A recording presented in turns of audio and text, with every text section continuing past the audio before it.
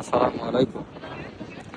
এটা হচ্ছে বদর এলাকা। এলাকার নাম হচ্ছে বদর, এবং এখানে ইসলামের ইতিহাসে সর্বপ্রথম যে যুদ্ধ সংগঠিত হয়েছিল সেটা হচ্ছে এই এলাকাতে। এবং যুদ্ধের সময় মুসলমানদের সংখ্যা ছিল অত্যন্ত কম, 300 একটু উপরে, আর কাফেরদের সংখ্যা ছিল 3000-এর উপরে।